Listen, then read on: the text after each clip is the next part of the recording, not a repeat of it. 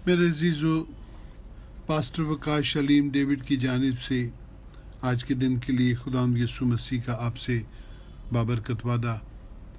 खुदावंद के ज़िंदा पाक कलाम में से पढ़ेंगे हिजकियल 34 बाब और उसकी 25वीं आयत। कलाम खुदा में लिखा है, मैं उनके साथ सुलह का अहद बांधूंगा और सब बुरे दरिंदों को मुल्क से नाबूद करूंगा, और वो बियाबान में सलामती से रहा करेंगे और जंगलों में सोएंगे। आमीन।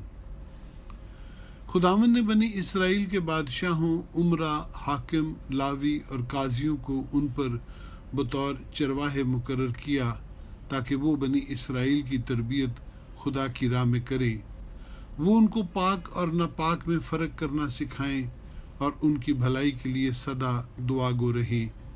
लेकिन उन चरवाहों ने ऐसा न किया, बल्कि वो अपना ही पेट भरते रहे और भेड़ों की ऊन से खुद को गर्म रखते रहे, और न सिर्फ खुद बुतप्रस्त हुए बल्कि कौम को भी बुतप्रस्त बना दिया, जिसके नतीजे में खुदा उनसे ऐसा नाराज़ हुआ कि तमाम कौम को 70 बरस के लिए बाबल की असीरी में दे दिया।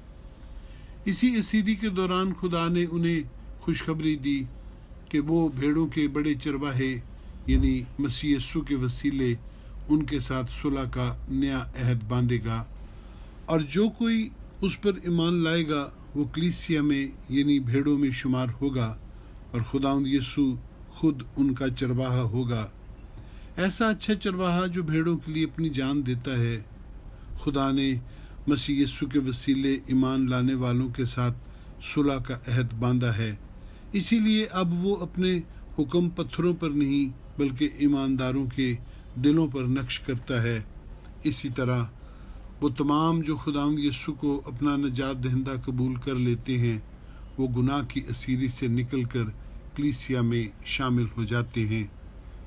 मेरे अजीज़ों, बड़े चरवाहे यानी मसीह यीशु के पास आने वाले तहफ़्फ़ुज़ पाते हैं, क्योंकि उसने अज़ली दुश्मन इब्लीस को शिकस्त देकर बुरे दरिंदों को यानी इब्लीसी कुव्वतों को आपकी हदूद से निकाल बाहर किया है। मसीह यीशु ने मौत, आलम अरवा और गुनाह पर फतह पाई है। अब मसीह यीशु के वसीले आप महफूज हैं।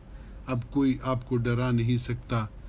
अब जंगल आपकी ख्वाबगाह और बियाबान आराम की जगह बन सकता है, क्योंकि उसने आपके साथ सुलह का अहद बांधा है और तमाम इब्लीसी कुव्वतों को आपकी हदूद से ख़त्म कर दिया है।